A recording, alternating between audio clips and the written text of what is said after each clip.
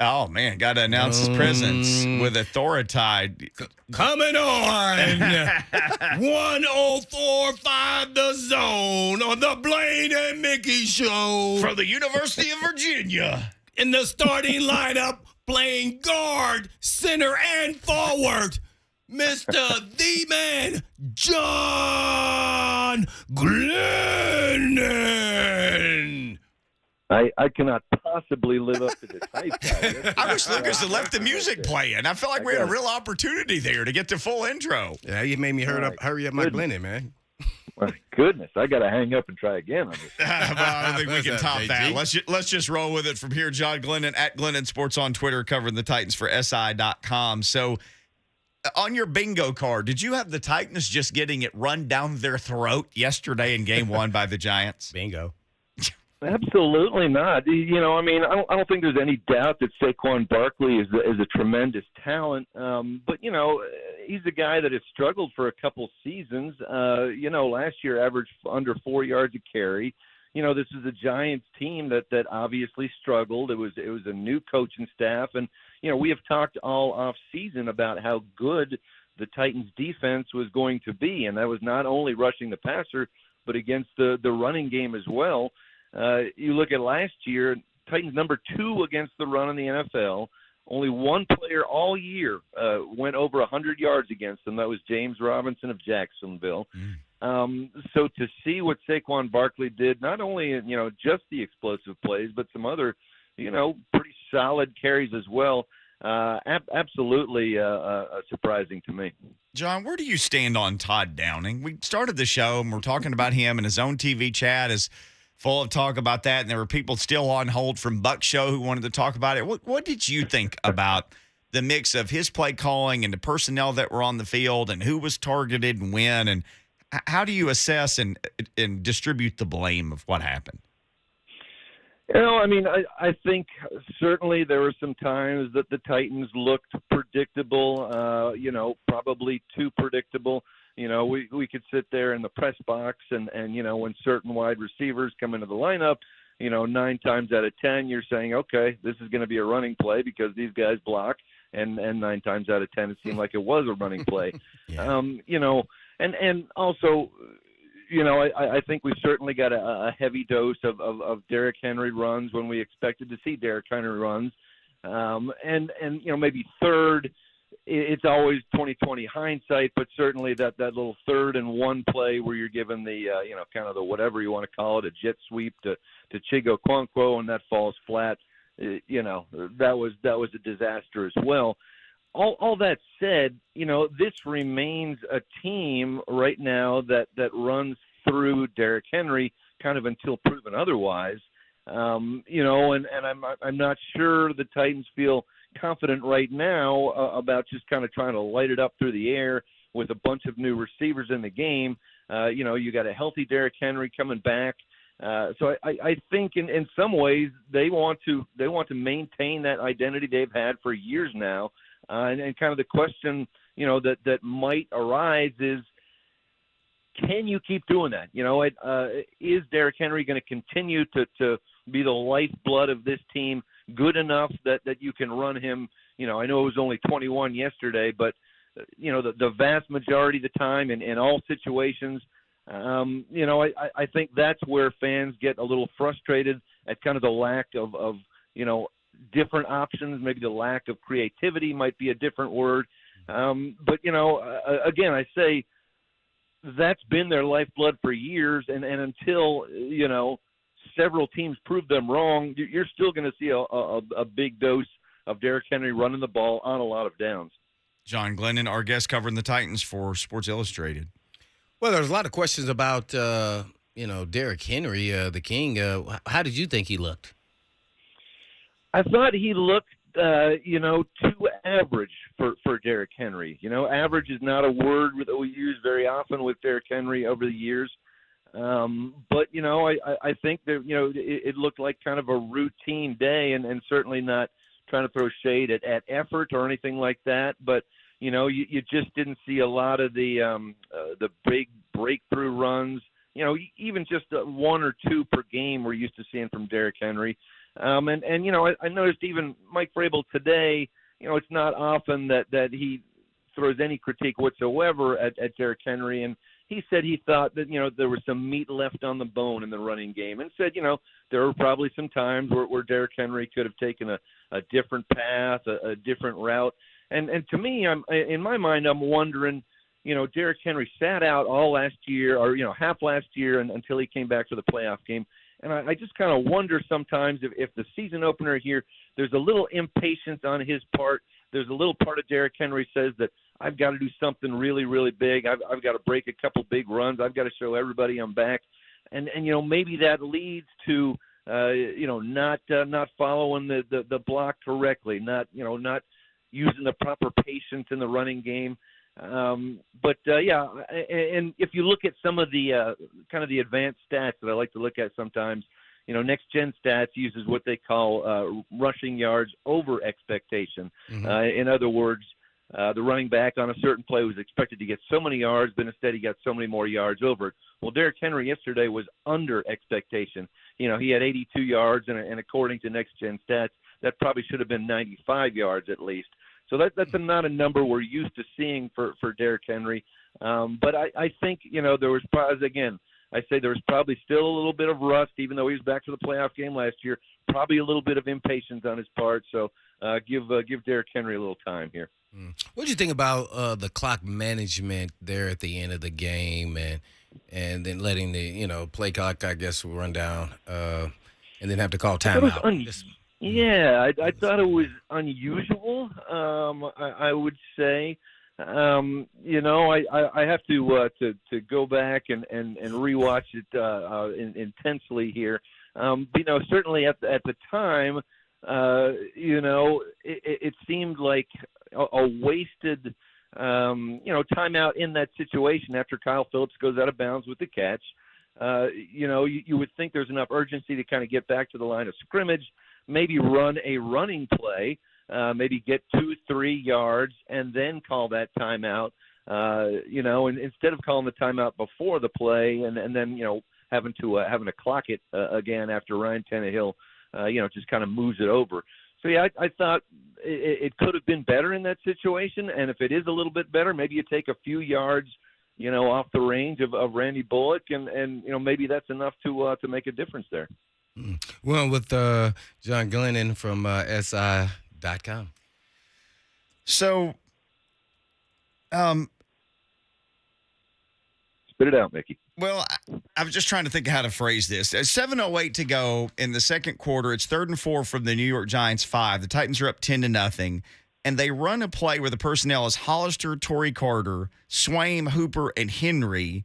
There's no Chig. There's no Burks. There's none of those guys. And that was the play where Tannehill kind of booted right, John, and Derrick Henry looked open for a second, like just get it to him, let him get downhill. And instead, the play basically pushed all the way Henry to the out-of-bounds line, and the ball kind of got thrown at his feet. He didn't catch it. He might have been out of bounds anyway. To me, at that point, if you score the touchdown, you may have put them away. That was such a huge play for me, and I had questions about the personnel and the play call and even the execution there. Yeah, I guess the thought in my mind is you use that personnel, and it's almost a surprise situation. I mean, you, me, everybody in the stadium probably looked at that personnel and said, okay, there's a running play happening, and all of a sudden, you got a different situation, and you got Ryan Tannehill rolling out. But and again, maybe that play works if Ryan Tannehill throws that ball quickly to Derrick Henry. I think he took too much time. I guess he was looking for a different receiver in the end zone. But if you give that ball to Derrick Henry quickly, allowing Derrick Henry, a man of his size, to turn upfield a little bit, he's probably going to bowl over a defender, and he's going to get in the end zone. So instead, you throw it to Henry at the out of bounds line, and it's a tough catch to make anyway. He can't handle it. So yeah, that's a red zone opportunity wasted. And I just thought in general, you got that feeling that even though the Titans were up 13-0 at the half, there's that little unease, about that lead, because you thought it should have been better. And that to me was a prime example. That should have been a touchdown drive. and instead you wind up kicking a field goal there. You mentioned Tannehill maybe throwing it sooner. A lot of eyes were on him, John, and he didn't really get sacked. He had the one sack where he just kind of made it back to the line of scrimmage. They kept his pocket pretty clean, but he was 20 of 33, threw a couple of touchdowns, no interceptions, ran for a first down. He did some things, but overall, what was your assessment of him? I thought it was a performance you could win with if you have a normal day, at least what was last year a normal day for a Titans defense. I think there's certainly going to be some disappointment in what the Titans did on third downs. I think they wound up 3 for 11. But as I looked at those plays develop, I didn't see a ton of plays that Ryan Tannehill necessarily misfired on. I would have liked to have seen him lead, Traylon Burks a little bit further on that deep shot. I also would have liked to have seen Traylon Burks not get tackled by a defensive back, but that's another story altogether. But, I thought again, I'll say it was enough of a performance, I think, to win. And it was maybe enough of a performance for Ryan Tannehill that at least it's a step in the right direction, because there had to be some questions, some concerns in his mind, not only after the playoff game from last season, but from the entire last season and the numbers he rang up. So, if there hadn't been a couple of drops, his numbers look even better. If Burks somehow doesn't get tangled up and basically tackled on that deep ball, maybe things are a little bit different as well. So, it wasn't a flashy, Pro Bowl performance, but on a regular day for a Titans defense, I thought it was good enough. Yeah, that well said. That could have been a winning performance. Agree. John Glennon at Glennon Sports on Twitter, si.com. You can catch all of his writing there. Well, Glenn, on a positive note, I guess you could say some of the rookies perform. I mean, you talk a little bit about Phillips, Burks, and Chig, or whoever else you want to talk about in the rookie class that had an impact in the game. Yeah, great day for the rookies. I think it wound up being 8 rookies, which was maybe the second most, I think, in maybe the last close to 20 years or so playing in week 1 like that. And I thought Burks certainly showed some flashes. I thought certainly that pass coming across the middle where he catches it, goes upfield immediately, gets 27 yards. To me, that struck me as a very A.J. Brown-esque move right there. And I think that's a big step in the right direction for him. Maybe it's the kind of thing where it's going to lead to some more snaps too. I think he only had 24 snaps yesterday. So, if he shows early on he can make those plays, if he can block the way the Titans want their wide receivers to do, I've got to think those snaps start expanding quickly for Traylon Burks. Kyle Phillips, outside of the muffed catch, tremendous game, I thought, for him. Maybe one drop, but certainly, on that last drive, I mean, when you talk about a go-to receiver for Ryan Tannehill, Kyle Phillips had 3 catches on that drive and also drew a penalty. So, for a rookie to come in and do that in his first game, I think is outstanding. Nicholas Petit-Frere, held up well against the pass rush. They didn't need a ton of help for him at right tackle. And Roger McCreary, I thought, had a solid game as well. So certainly some bright spots, especially in that rookie department for the Titans. No doubt about it. We went with JG, John Glennon from SI.com. I guess a couple more questions here. And that is, when you watch the Titans offense, and this is something I've been saying, is that they just kind of go to where the coverage dictates or where the quarterback just wants to throw the ball. And, it doesn't feature anyone until, the end of the game where you saw Phillips, which I thought the Giants did a huge disservice. They were running man under. All you had to do was run cover 2. He kept running outs, and they would have ran right to you, and he made it look the same. So I think that was a little more coaching than anything else, but they took advantage of it. Why don't you think the Titans, I guess, feature guys, or is not anybody worthy of that? Even when they had A.J. Brown, I wouldn't say they featured him. It's just that he was just a productive player and at times got hot, and he would just throw to him, but it wasn't like they were forcing it to him. Nobody was doubling him. Yeah, I think right now it's more of a question of who is our feature guy, if we want to go to a feature guy. I think Traylon Burks is going to be that guy in time, and I think he'll take on that A.J. Brown role and get the bulk of the passes thrown his way. But I don't think he's quite ready yet in terms of his adjustments. And certainly we all know how well you got to block as well before you're catching passes. But I think he'll be that guy eventually.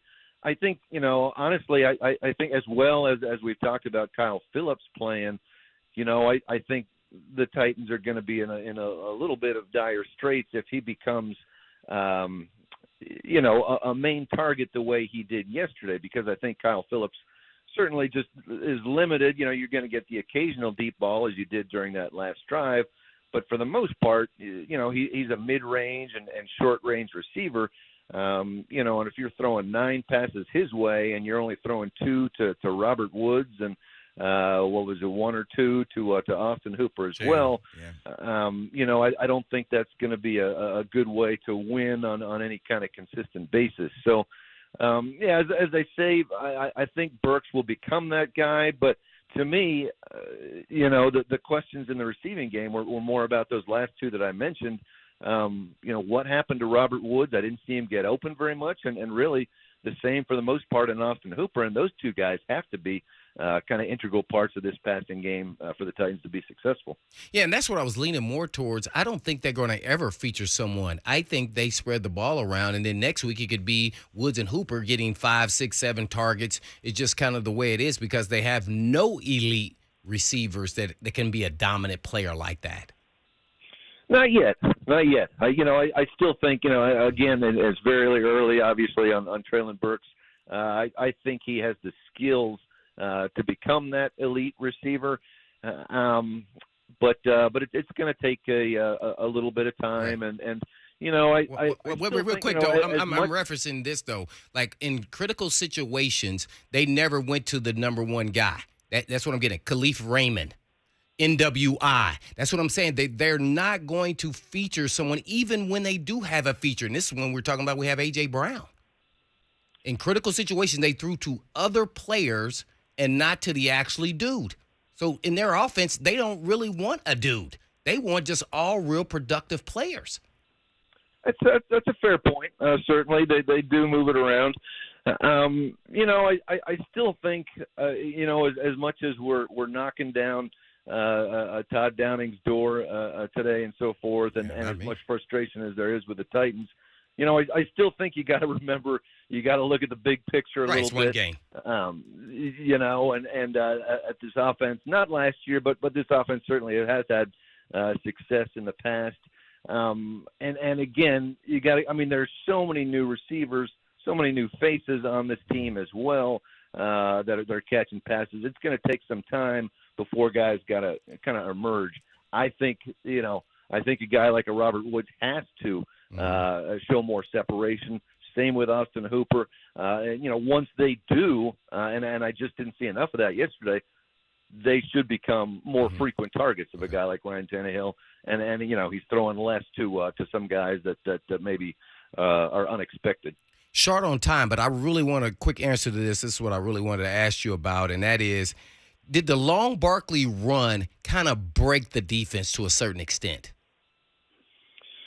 I think, in some ways, I think it was just such a stunner. Here, as we talked about earlier, here you got this Titans defense that was just outstanding against the run last year, and all of a sudden, the Giants didn't come out desperate in the second half. They just said, we're going to do the same old thing, and we're going to break you down. And then, lo and behold, Saquon Barkley does that. So I think, the Titans had a real chance to shut down the Giants right away in that second half, maybe increase the lead and almost put it away. Saquon Barkley's run made a huge, huge difference in that game. Mm-hmm. There you have it. JG, good stuff, man. I know you've got some great columns up, including, I think, 5 reasons the Titans were unable to pull it out yesterday. That's all at sportsillustrated.com. You can catch him at Glennon Sports on Twitter. Thank you, sir. Okay, appreciate it, guys. Appreciate it, JG. Yes, sir. John Glennon, when we come back.